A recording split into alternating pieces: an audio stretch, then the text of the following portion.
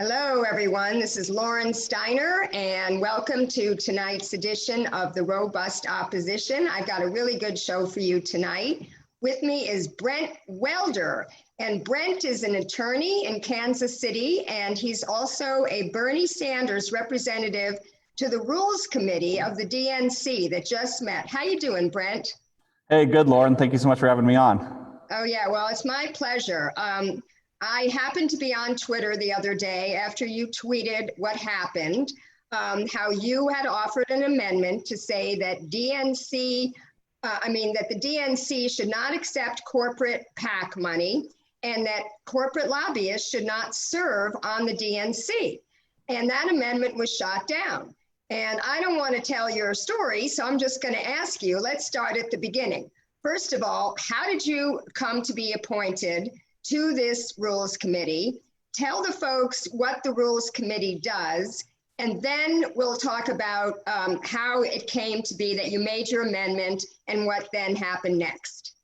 Okay, great. Sure thing. Yeah. Well, the way I got on the committee was that Senator Bernie Sanders nominated me to the committee. He, due to some of the success he had early on in the primary, had a certain number. I think he was able to nominate about 50 people from across the country to serve on the committee.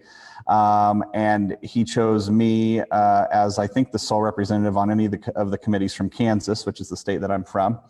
And what the Rules Committee does is has authority to make, really it's essentially propose changes to all kinds of different rules, rules governing all the caucuses and primaries and future Democratic primary elections, the rules of the convention, the charter of the Democratic Party, which is essentially like the top document, essentially like the Constitution of the National Democratic Party, and all sorts of authority. And then the Rules Committee puts together a proposed measure that inevitably gets adopted at the National Convention by the delegates when they adopt it, and then it becomes rules. For the most part, there's a couple other nuances, but that's kind of the gist of it.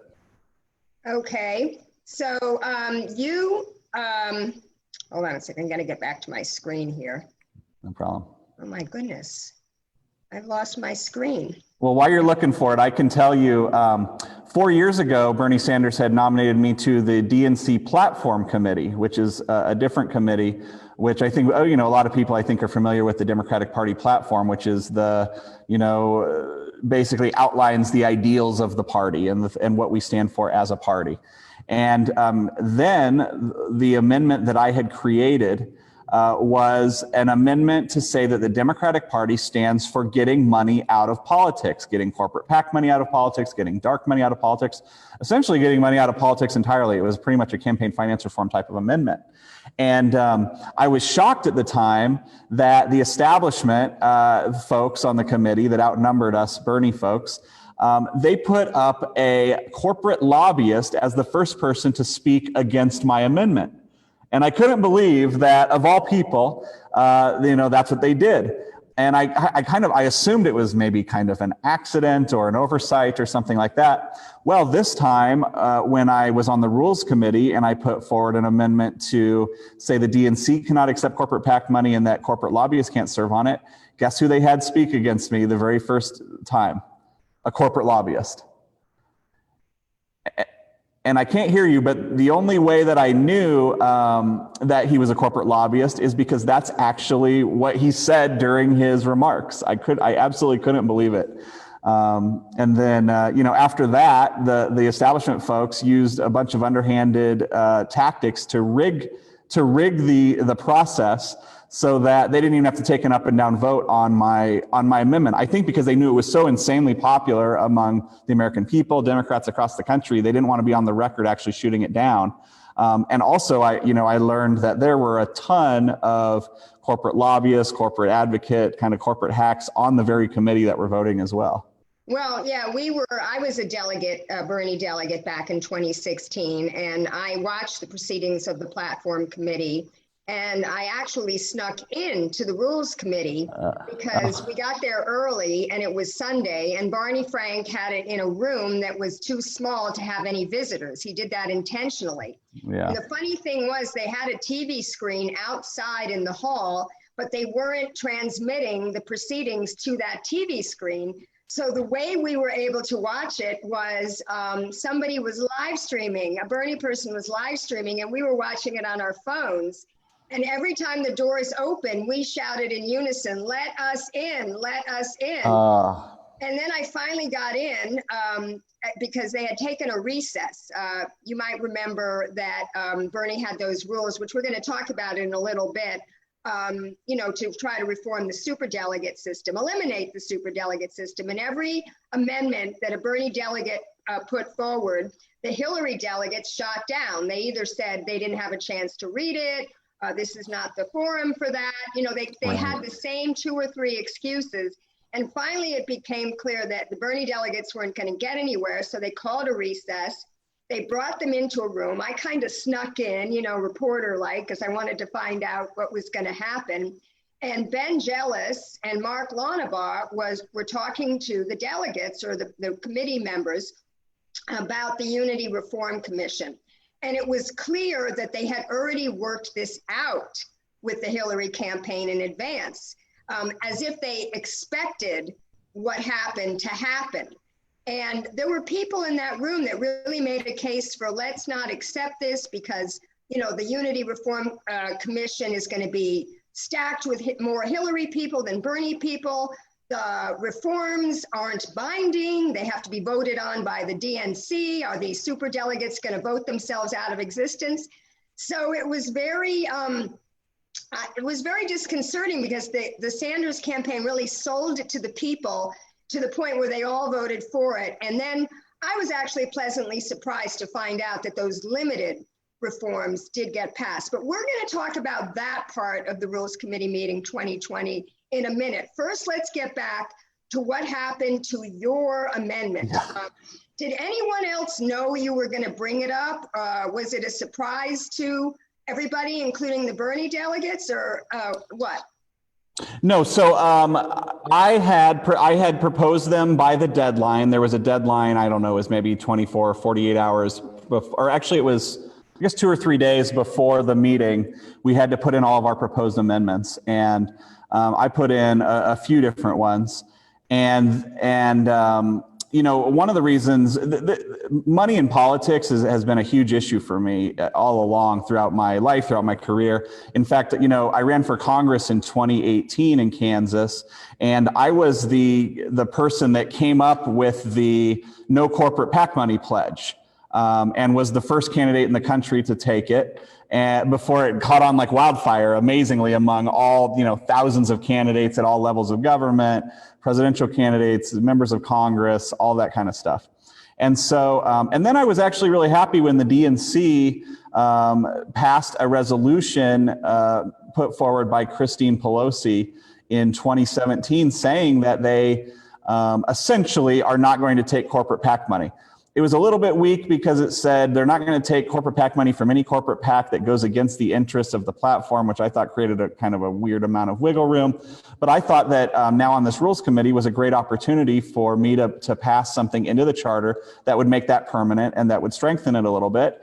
And I also thought there shouldn't be corporate lobbyists on the DNC at all. There's no reason to have them there. They already have enough power in Washington as it is.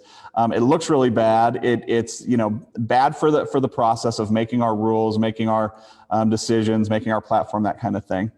And and then I got contacted from a very credible person, essentially on behalf of the Biden campaign, telling me that the Biden campaign was most upset of the 30 amendments that had been proposed by different people of the Rules Committee. They were most upset about my anti-corruption amendments. Wow! So imagine that. Wow. And I said, well, I'm still gonna move forward with it. So when they called you, were they trying to get you to withdraw that amendment? That wasn't said specifically, but it was, pretty clear, what they were saying. They wanted me to know that the Biden campaign was really upset that I was going to try to do that, which is completely insane. I thought that, if anything, you would think that you would hope at the very least that they would be very supportive of rooting corruption out of the political process, but obviously not. Well, Joe Biden famously said to his donors, nothing will fundamentally change. So, well, there you go. And I later found out the co-chairs of this committee, you know, Barney Frank, who is apparently the chairman of a big bank. His co-chair was some kind of corporate, I don't know if she's a lobbyist or some kind of corporate advocate, you know, who makes a bunch of money, you know, advocating for corporations. Apparently there's a ton of, you know, corporate lobbyists and advocates and all that kind of stuff on the committee. Yeah. But the way that they set up they took full advantage of the COVID-19 tragedy to basically completely rig this committee even more than it usually is. I mean, you were talking about 4 years ago how they rigged it by not letting members of the public kind of speak their mind. This time, the members of the committee were not allowed to speak their mind. Could you imagine? You know what they did was they had it over Zoom, and unless they turned on your mic so that because you were actually proposing your specific amendment that was in the script, they had all the committee members in a separate room on Zoom where the chairperson couldn't even hear anything you were saying.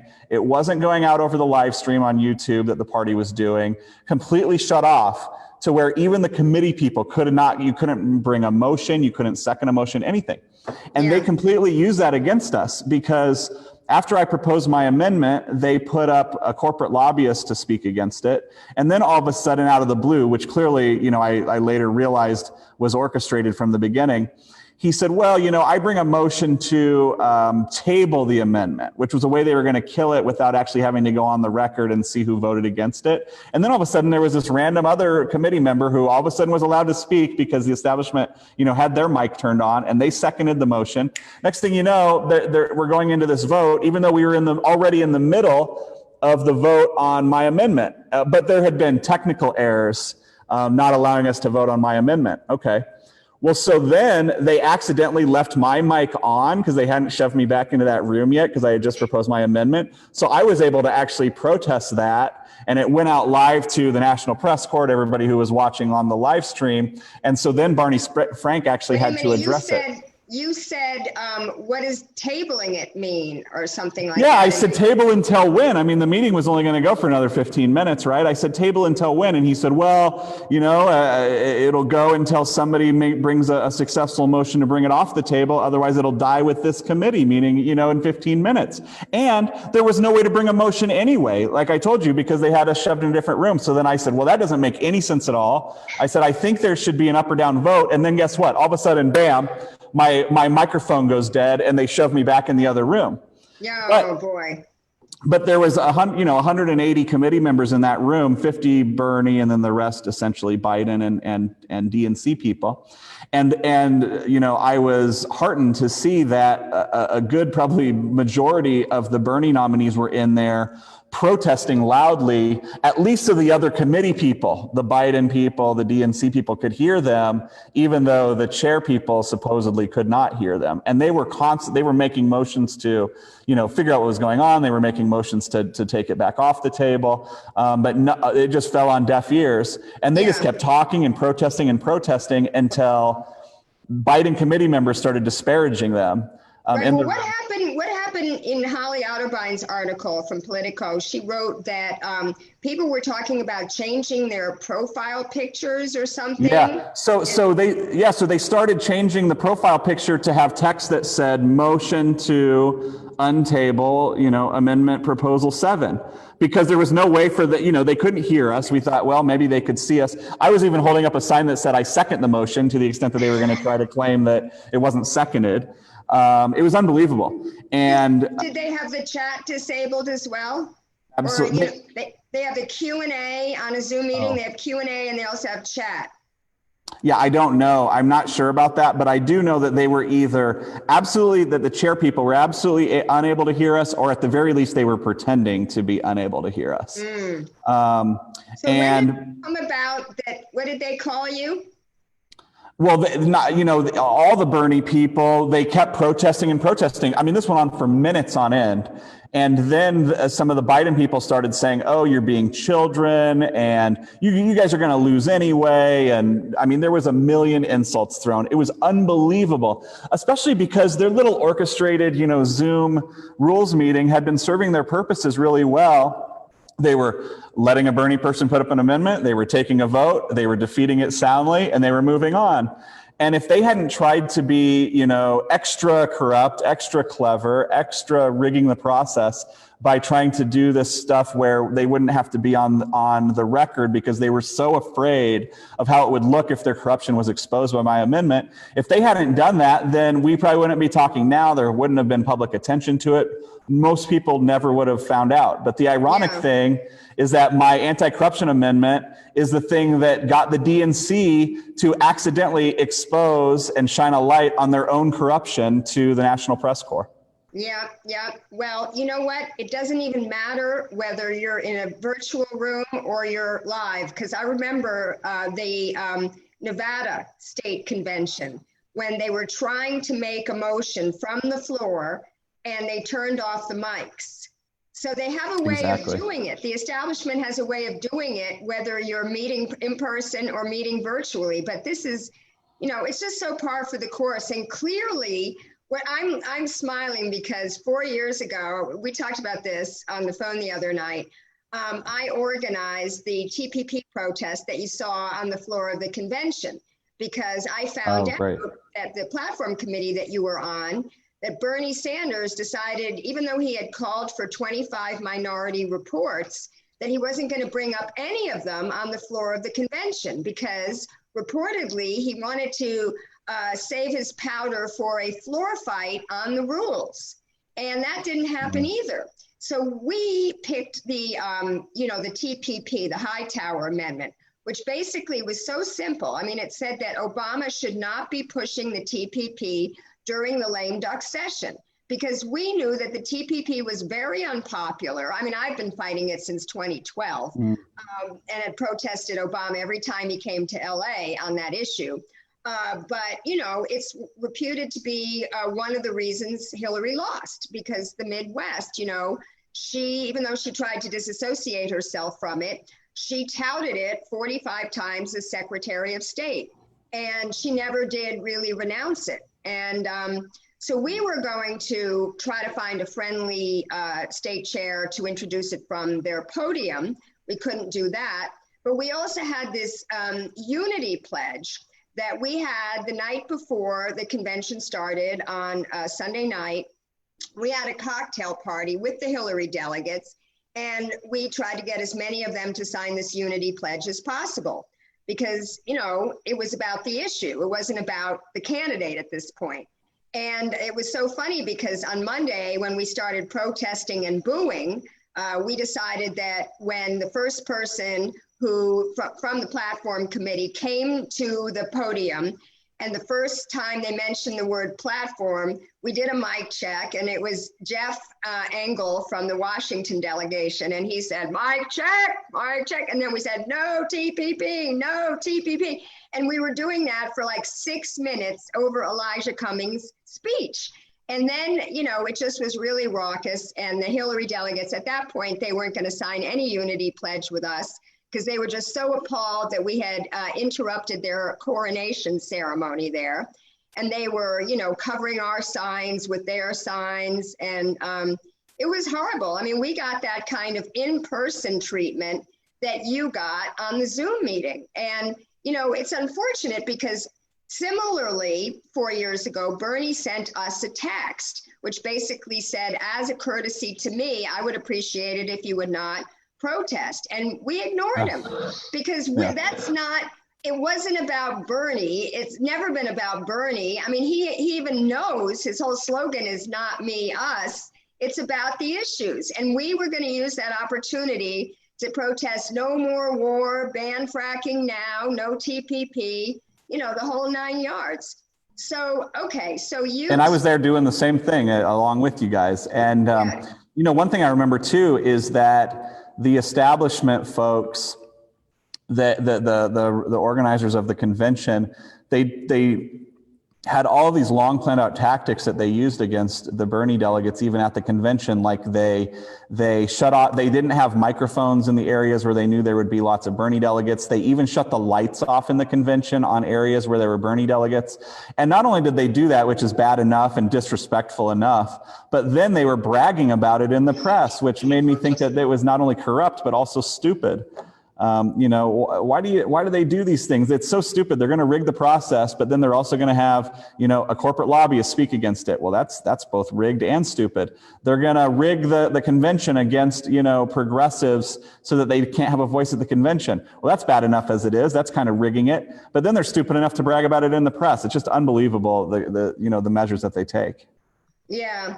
And, what's really sad is that, I think, and I know you and I have a different opinion about Bernie at this point, but what's really sad to me is that, he kind of capitulated even earlier this time than he did last time. I mean, he had just won the first 3 primaries, and there were still half the primaries to go. And I know he, I think the public excuse was he didn't want to encourage people to vote during a pandemic, but there were so many other ways that he could have run his campaign and mobilized his base to support rent strikes, general strikes, to do COVID-19 mutual aid, all sorts of different ways he could have run a very unconventional campaign. And he really didn't do that. He automatically, in April started doing his little thing with Biden, where he said the same thing that he said with Hillary in New Hampshire, when he said, and Hillary understands that, we need Medicare for all, and Hillary understands this and that.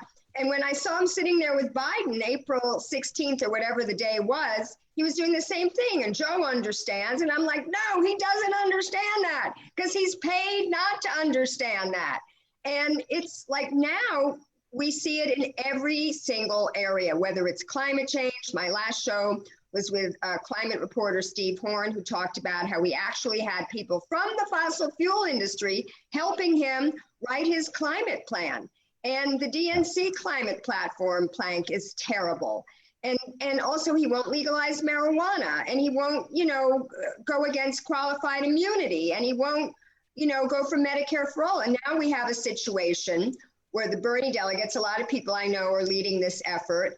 They've got, last count I heard, maybe it's more now, 600 delegates that refuse to vote for the platform unless it has Medicare for all on it. And I think it's up to 700 now, at least, if not more at this point. Yeah. Yeah. So I really don't see, Bernie could have gotten Medicare for all as a concession to endorse Joe Biden. I mean, he could have. And the thing is, he didn't even ask for it. He just asked for these 6 meaningless task force. And as we see, the task force, were again stacked with Biden people, and their recommendations were not great. They're not great, but I'm sad to see that Bernie is putting lipstick on a pig, as the expression goes, by pushing how, this is the most progressive platform the Democratic Party has ever had. And A, I don't see it as that. And B, I think the platform is as good as the piece of paper that it's written on. What are your thoughts on that? So, I have a different perspective on it. And a lot of the things you say, I completely hear where you're coming from. And some of the stuff I completely agree with. And I don't think we're too far apart on anything. But this is my perspective on it.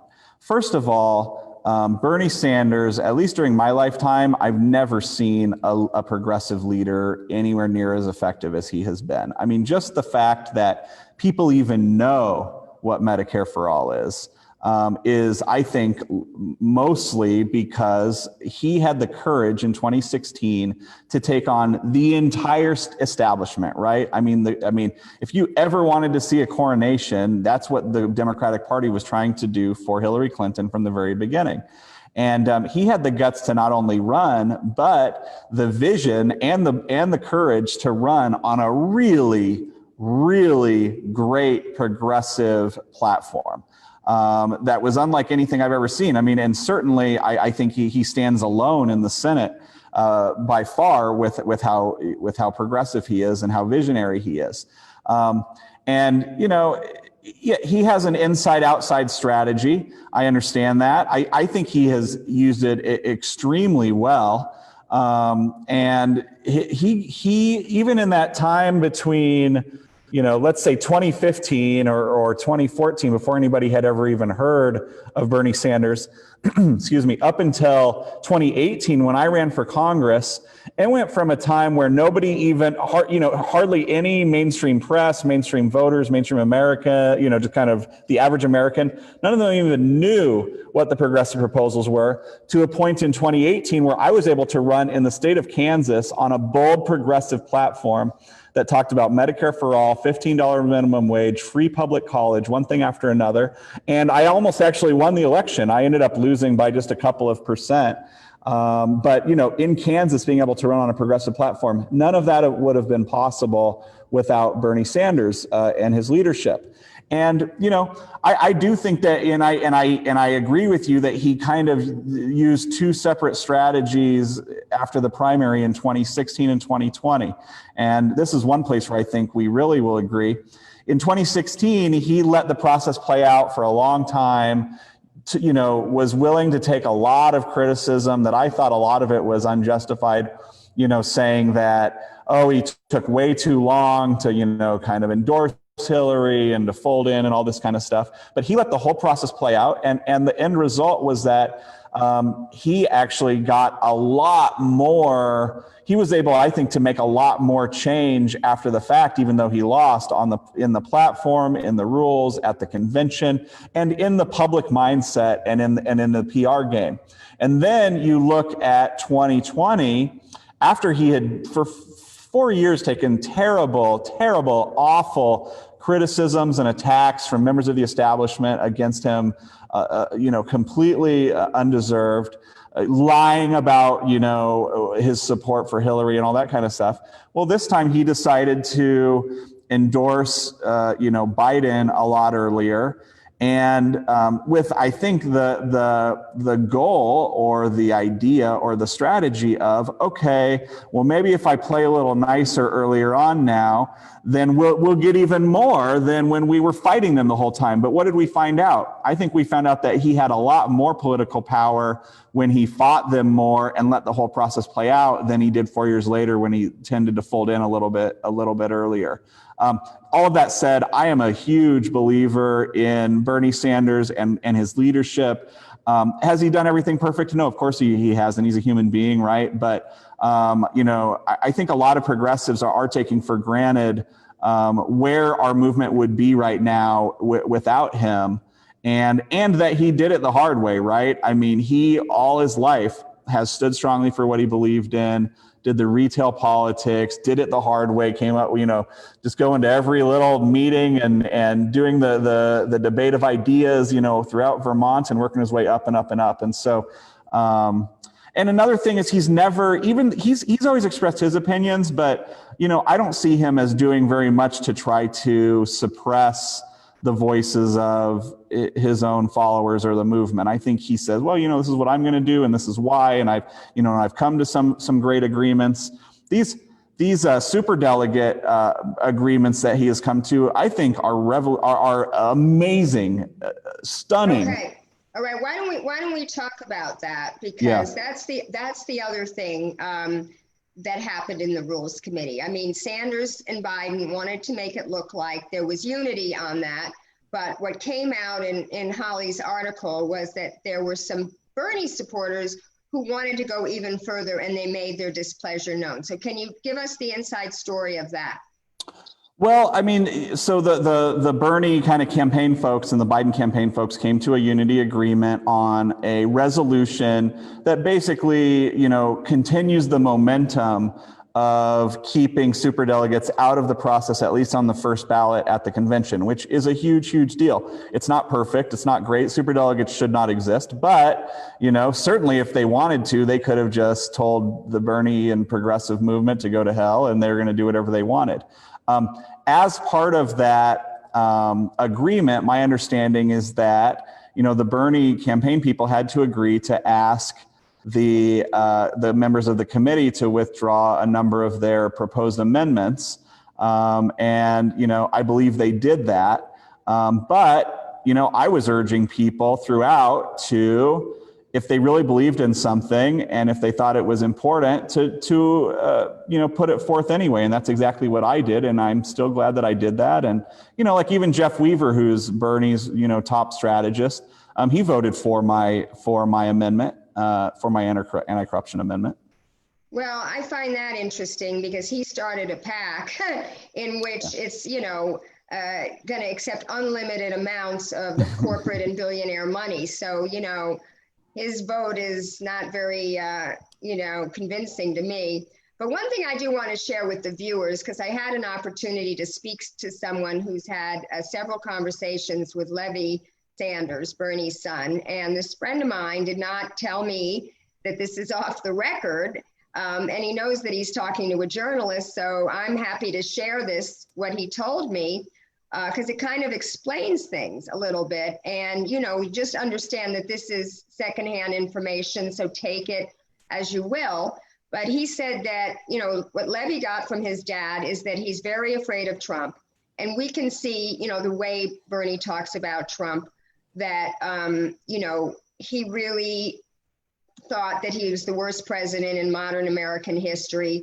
And he didn't want to do anything that would get Trump reelected. And he also said to me something that was a little bit surprising, is that he really thinks that Trump is a fascist, which is interesting because Bernie's never used that word about Trump. He always calls him a homophobe, a xenophobe, a racist, a sexist, a pathological liar, but he's never really called him a fascist. And what my friend said, Levy said, it's because so many of Bernie's relatives perished in the Holocaust. So he's super sensitive to something like that happening. And you know that Trump has been making noises lately about, you know, postponing the election. And people have worried, like, what if he loses and he refuses to leave? So I'm sure that Bernie hears all that and he's concerned about it. But then the other thing, and this is the part that, if true, is very disappointing to me.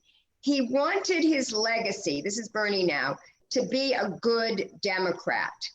And this, why I say this is disappointing, is Bernie never joined the Democratic Party. He's always maintained his status as an independent, and he calls himself a democratic socialist.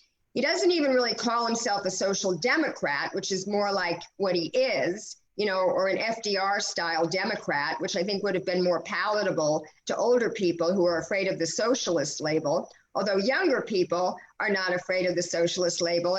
And studies have shown that they even prefer socialism to capitalism because capitalism isn't working for them. But, yeah, but you know, so Bernie, I believe, having listened to Bernie, being somewhat of a history buff and listening to most of Bernie's public speeches and appearances on TV shows in the 80s, that he was a lot more radical then. And he was always speaking against the Democratic Party. And we kind of hung on to something that Jane Sanders said in an interview back in 2016, which is that if the Democratic Party wasn't going to reform, then we would have to start talking about a third party. So Jane Sanders went as far to say that. But as you know, Brent, Bernie never took up Nick Branagh's offer, you know, when he started Draft Bernie for a People's Party, which is now just called Movement for a People's Party. Because Nick rightly saw that only Bernie Sanders, in a system that we have that is so rigged against third parties, only Bernie Sanders would be able to pull it off because he had such backing from, you know, Democrats, independents, maybe even some Republicans, libertarian types. But anyway, he didn't do it. He wrongly blames Ralph Nader for Gore's defeat and hasn't spoken to Ralph, even though one of the things that he said when he first came in, I saw this speech, he was interviewed, in 1991, when he first got into Congress, how is he going to do things differently? And he said, he specifically mentioned Ralph Nader. He was going to bring him in, people like Ralph Nader, into his administration. So for him not to have talked to Ralph, you know, in 20 years now, and Ralph mentions this, and he's sad about it, and Ralph really did go the third party route, and he's become a pariah. And I just think that Bernie, you know, he is human, like you said before, and Joe Biden is his friend. And it was easier to go against Hillary, who he honestly did not like, than against somebody like Joe Biden. But I want to talk a little bit more about the Rules Committee, just to see if there's anything else that is notable that came out of that Rules Committee that you want to report to the viewers. Well, if I can just address, some of the things you were just saying there as well, first of all, and it kind of distresses me because to the extent that I have seen very recently kind of more chatter in the progressive community kind of directing some ire against Bernie. And I think a lot of it is kind of, misdirected and certainly not probably the best direction we should be heading at this point. But one thing is, I would be shocked beyond belief, and I believe that you were told this. I'm just saying I would be shocked beyond belief if Bernie ever actually said that he wants his legacy to be being a good Democrat. Right? I mean, he has a lot of things that he has been fighting for over his lifetime.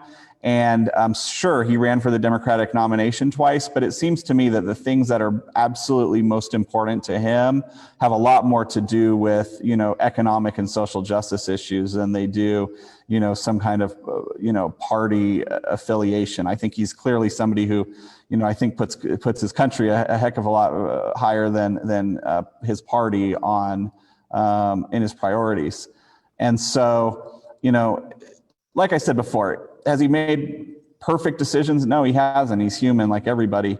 But, he's done a really, really damn good job. And he's gotten us to, and I don't think anybody could ever question that the progressive movement is much, much stronger now than it was 5 or 6 years ago, before most people even knew who Bernie Sanders was. And, I still give him a huge amount of credit. And I also encourage progressives to consider the fact that he does have an inside-outside strategy. And sometimes, in the deal-making process to get progressive accomplishments done, like successfully, severely limiting the power of superdelegates in the 2020 election, there are things he has to agree to. He has to agree to say things, that kind of stuff. But that, that's his opinion for himself. And he certainly isn't necessarily trying to get all of us to agree with that kind of stuff. Well, he does, when I think maybe what my friend was referring to when he said to be a good Democrat is he didn't want to have that legacy of a Ralph Nader, someone that caused the Democratic Party to lose, to George Bush. Which, I'm sure that's the case. Yeah, even though that's not what happened. But regardless, before we move on, because I do want to talk about your law case, the first successful case for a COVID victim, because I find that very interesting. Before we move on to that, is there anything else that came out of the Rules Committee that you think people should know about? I think I think we've covered it pretty well. I think the big thing is just that the entire meeting was completely rigged in every way they possibly could. And ultimately, the way that I kind of became more of a public figure coming out of this is because my anti-corruption amendment was the very thing that caused the DNC to expose their own corruption and their own rigging of the process, which I think is super ironic. Yeah. Well, let me ask you this. So you ran, before we get to the COVID case, I want to talk more about you and your politics and what you ran on. So you ran for Congress in 2018. How come you didn't run again in 2020? Because I know a lot of people who ran and lost in 2018, like Paula Jean and Corey and Kara Eastman. I had several of them on my show. How come you decided not to run in 2020? There was a few things. One is I thought it was an extremely positive experience running. I was my heart was so filled with, all the love and support that I got from people across my district, across Kansas, and from progressives across the country. It was just absolutely unbelievable. And even though I lost narrowly, it was just such an amazing experience. It was, a very costly experience in the sense of literally money. I had to take a year and a half off from work to run full time. And we put, a bunch of our own money into the process. And costly in that I have a bunch of small children. I have a 7-year-old, a 4-year-old, and a 1-year-old now who, at the time I had whatever they were, 2 and 5-year-old. Wow, and that is a yeah, bunch. I know. Yeah. And my wife and I, are law partners now. And so, Oh, gosh. we just have a lot going on at home. And so when you combine that with the fact that I also would have had to run against an incumbent Democrat, right? When I ran in 2016, it was an incumbent or 2018, it was an incumbent Republican. And I know that there are some people, some progressives that have successfully run against incumbents. I mean, AOC obviously did. Jamal Bowman did. Cori Bush, has her election coming up here pretty soon.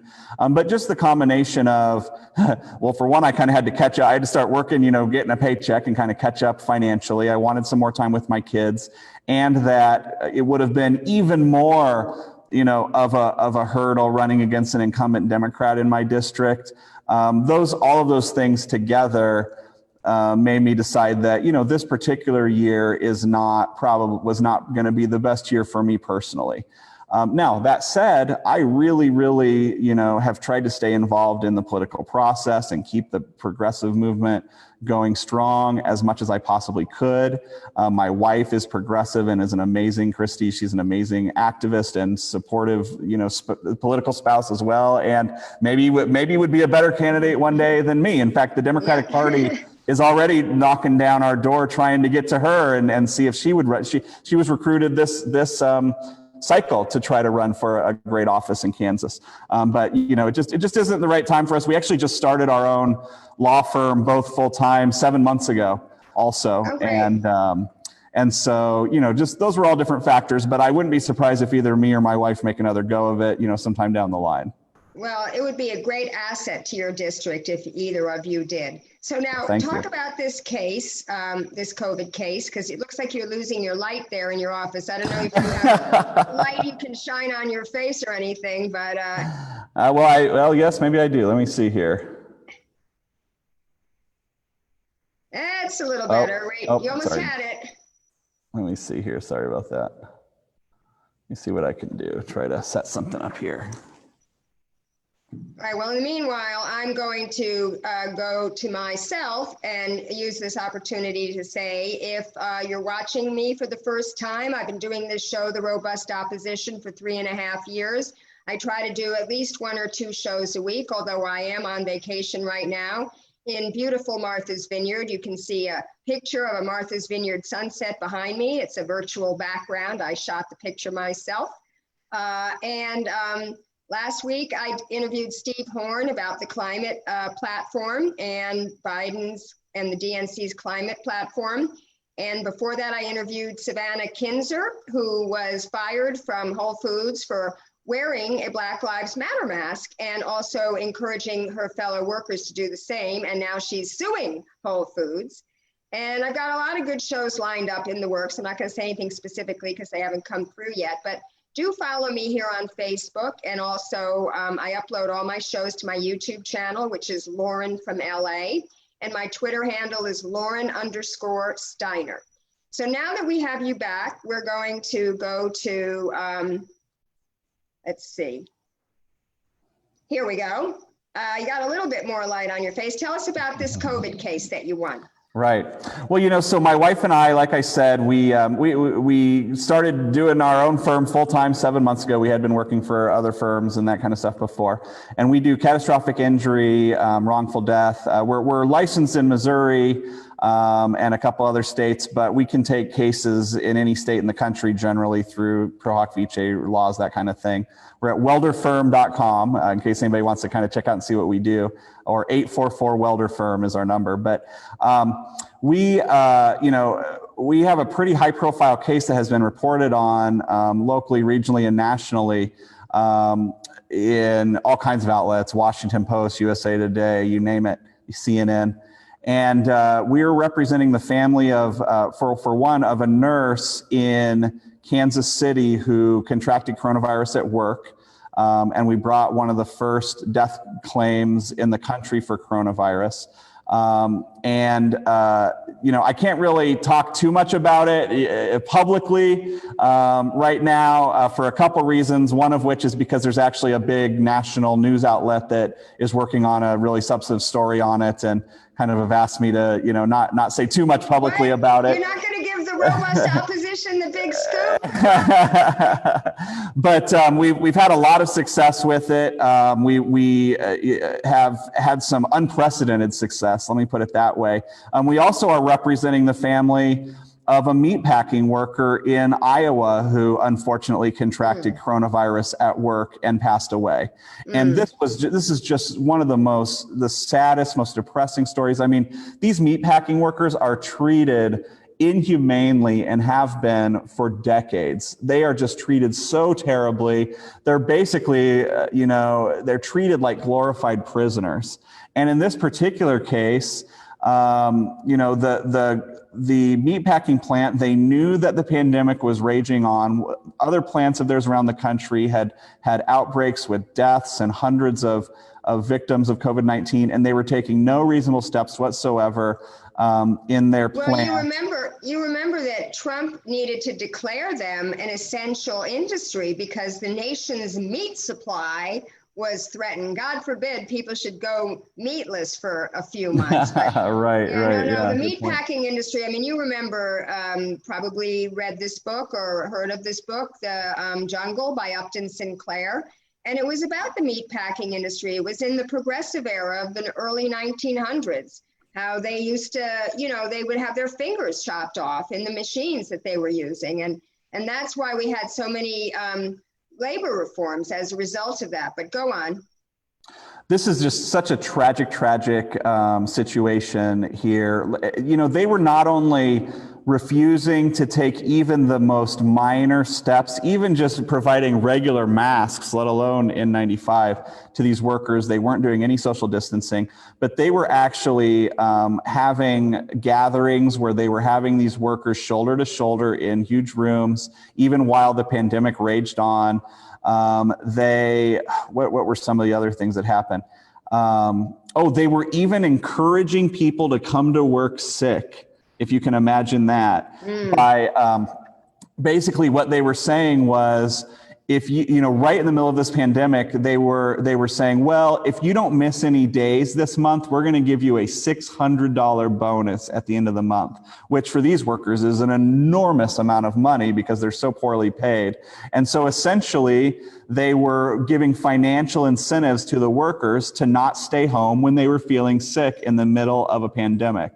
Yeah. And so, I would encourage anyone that, has similar situations, either with COVID-19 or any kind of, wrongful death case or catastrophic injury, that kind of stuff. My wife and I obviously aren't afraid to take on giant corporations and insurance companies.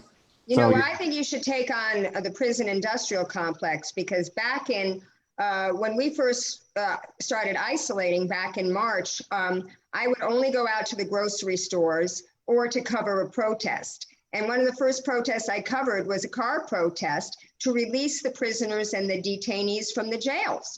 Because a group that I was working with, Justice LA, and they were in coalition with a whole bunch of groups, Never Again Action, Bend the Arc, and Reform LA Jails. We could see that the way they keep prisoners so tightly together, they couldn't do social distancing. And we knew that, it was a powder keg ready to explode. And Governor Newsom did release a lot of prisoners, but he didn't release enough. And here's where your lawsuit comes in. In July, they actually put COVID patients into San Quentin and caused an outbreak there where there hadn't been one before. And terrible. We had predicted this, and it also happened in Rikers Island. So, it's these disposable people, I guess. That's how they think. I just saw something, and this may not be completely right, but my best recollection was that I think it was the top 12 COVID clusters in America are all at prisons. It's terrible. Who I would really like to sue is Louis Gohmert. I don't know if you've heard, but he contracted coronavirus. He has been doing nothing to protect himself or others. And then the first thing he did wanted to hold a staff meeting in person with his entire staff to tell them that he had coronavirus. And now other members of Congress, I believe at least one other member of Congress has contracted it. And I want anybody that, thinks that has been around him to go to welderfirm.com and let me know, because I would love to sue Louis Gohmert. I really would. Okay. I think it's completely, tragic and despicable the way that he's conducting himself, and be held accountable. Yeah. All right. Before we go, I'm just going to ask you 2 questions, and then I'll say what my answers are. Of the candidates that Joe Biden is seriously thinking of, who is your favorite, and who do you think he's going to pick? And we'll my favorite is none of them, and I have no idea who he's going to pick. Oh, come on! No. You can't. Well, no, I literally don't like any of them. I don't like any of the people that I've seen that I'm not going to say I don't like them. I'm just going to say I don't think they would be the right choice for vice president. Yeah. And I honestly haven't been paying enough attention to know who he's going to pick, because I don't think any of them would be the right choice. Well, I'll tell you, I support Karen Bass. I mean, she wouldn't have been one of the first people I would have recommended, but of his short list, I do like her. I met with her a couple of years ago in a semi-private meeting. There were about 6 of us, and we went to lobby her on our California single payer bill. And she is on the bill, the Pramila Jayapal's bill. So she supports Medicare for all. And she's pretty progressive. She started out as a community organizer. She was a physician's assistant, and then she started the Community Coalition right after the civil unrest of 1992, after the Rodney King verdict. And one of the things that she saw that her community wanted to do was get rid of the liquor stores on every block. So that's sort of what they organized about. And after everything was burned down, they made sure that most of those liquor stores did not get rebuilt. And I like her. She's a lot more radical as a person than she governs. As a matter of fact, she told us that she had and this has come out as a negative against her. Trump is starting to float these things, that she took several trips to Cuba in the 70s, and she is very radical politically, but she doesn't govern like that. And it's really interesting, because you'll see people will criticize AOC for some of the compromises that she's made. I mean, there are people that, you think I have purity tests. I'll give a lot more allowances. Like if she wants to call Pelosi Mama Bear and vote for her, I'm not going to cancel AOC for that, So right. I think. Well, I was going to say, I'll have to look at a little bit more into her. Honestly, I had never even heard of her until somewhat recently, to be completely honest. And although, I did see Cenk Uygur, who I think, is a good progressive leader and thinker. He tweeted out, I think it was today or yesterday, he said that she even had endorsed his opponent in his congressional race when he ran last year, but that he still thinks that she might be a good choice among, at least maybe the best one among, I don't want to misstate it, but I think he said something like maybe the best one among the group that's out there right now. Right. So, it'll definitely be something interesting to look into. Between running a law firm and having 3 kids and trying to get all the Rules Committee stuff together, sometimes I, don't have time to delve too deep into every different thing. And frankly, no, go ahead. I think the one that he's going to pick, it's either going to be, right now, I think it's going to be between Susan Rice, who he's worked with in the past, and he likes people that he's worked with, that he feels comfortable with them, or Kamala Harris, because, but I think Kamala would be a horrible choice. I did a protest against her because she is really a careerist more than anything else. She has no ideology. And people who know her know that as soon as like Pat Harris, who ran for Senate, he's an attorney himself. He's a criminal defense attorney, and he has friends who worked in the Attorney General's office. And he said as soon as she got elected to be Attorney General, she was already running for Senate. So that's her thing. And you can tell by her flip-flopping on issues such as Medicare for all. She sticks her finger to the wind to see what's popular. And then she gets that was very disappointing. That was and I saw it time and time again. She had almost this shtick going where she would say something, and then she would have her campaign the next day put out a press release saying she believed the opposite, and it happened over and over and over again. I thought she ran a terrible campaign, to be honest. I mean, Yeah. I didn't pay attention to her Senate campaign. Maybe that was a lot better. I don't know. Maybe there was reasons that she ran a terrible presidential campaign, but it was really a terrible campaign. And if that was any indication of how she would campaign for vice president, that would be somewhat concerning. Well, African Americans are not happy with her because she has a very unprogressive record as a prosecutor. And in this era right now, with all these, Black Lives Matter, defund the police protests, that's the mood of the country. And I don't think she fits the mood of the country.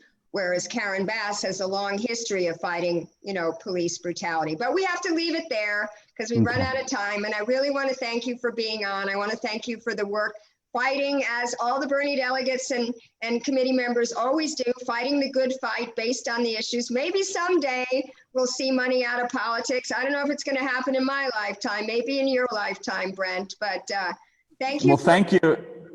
Well, thank you so much for all the great work that you do and all the great work that all of your viewers do to, make our country a better place, make the progressive movement stronger, and, help create a country that, cares about our fellow brothers and sisters that we live, around every day. It's just so important. So thank you. And thank you to all of your viewers as well. I hope everybody will follow me at Brent Welder on Twitter, because I'll be, continuing to communicate with everybody on there. And thanks so much for having me on. Great. Thank you. And everybody, keep fighting. All right.